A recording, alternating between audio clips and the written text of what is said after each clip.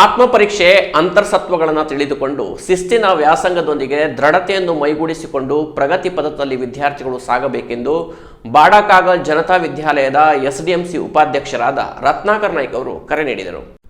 ಕುಮಟಾ ತಾಲೂಕಿನ ಬಾಡ ಕಾಗಲ್ ಜನತಾ ವಿದ್ಯಾಲಯ ಪ್ರೌಢಶಾಲೆಯ 70ನೇ ವರ್ಷದ ವಾರ್ಷಿಕ ಸ್ನೇಹ ಸಮ್ಮೇಳನದಲ್ಲಿ ಮುಖ್ಯ ಅತಿಥಿಯಾಗಿ ಪಾಲ್ಗೊಂಡ ಎಸ್ಡಿಎಂಸಿ ಉಪಾಧ್ಯಕ್ಷ ರತ್ನಾಕರ್ ನಾಯ್ಕ ಅವರು ಶಾಲಾ ಹಸ್ತಪತ್ರಿಕೆ ಅಭಿಜಾತವನ್ನು ಅನಾವರಣಗೊಳಿಸಿ ಮಾತನಾಡಿದರು. ಬಡ ಪ್ರತಿಭಾವಂತ ವಿದ್ಯಾರ್ಥಿಗಳಿಗೆ ಸಾಧಕರಿಗೆ ಯಾವತ್ತೂ ನೆರವಿನ ಹಸ್ತ ಚಾಚುವುದಾಗಿ ಘೋಷಿಸಿದರಲ್ಲದೆ ತಮ್ಮ ಶಾಲೆ ತಮ್ಮ ಹೆಮ್ಮೆ ಎಂದುಕೊಂಡು ಎಲ್ಲದಕ್ಕೂ ತಾವು ಬೆಂಗಾವಲಾಗಿ ನಿಲ್ಲುತ್ತೇನೆ ಎಂದರು. ಕಾರ್ಯಕ್ರಮ ಉದ್ಘಾಟಿಸಿದ ನಿವೃತ್ತ ಮುಖ್ಯೋಧ್ಯಾಪಕ ಎನ್ಆರ್ ಗಜು ಅವರು ಮಾತನಾಡಿ, ಜ್ಞಾನ, ಕೌಶಲ್ಯ, ಆರೋಗ್ಯ ಮತ್ತು ಮೌಲ್ಯಗಳನ್ನು ಬೆಳೆಸಿಕೊಂಡ ವ್ಯಕ್ತಿ ಜೀವನದಲ್ಲೆಂದೂ ಸೋಲಲಾರ. ಅನುಭವ, ಛಲ, ಸತತ ಪ್ರಯತ್ನಗಳ ಮೂಲಕ ಗುರಿಯನ್ನ ಸಾಧಿಸಬಹುದು ಎಂದರು.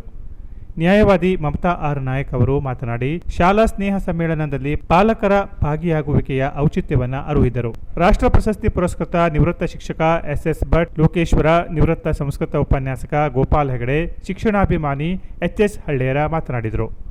ಕಾರ್ಯಕ್ರಮದಲ್ಲಿ ಮಾನಸ ಮತ್ತು ಸಂಗಡಿಗರು ಪ್ರಾರ್ಥಿಸಿದರು. ಮುಖ್ಯೋಧ್ಯಾಪಕ ಸಂದೇಶ ಡಿ ಉಳ್ಳಿಕಾಸಿ ಸ್ವಾಗತಿಸಿ ಶಾಲಾ ವಾರ್ಷಿಕ ವರದಿಯನ್ನು ಮಂಡಿಸಿದರು.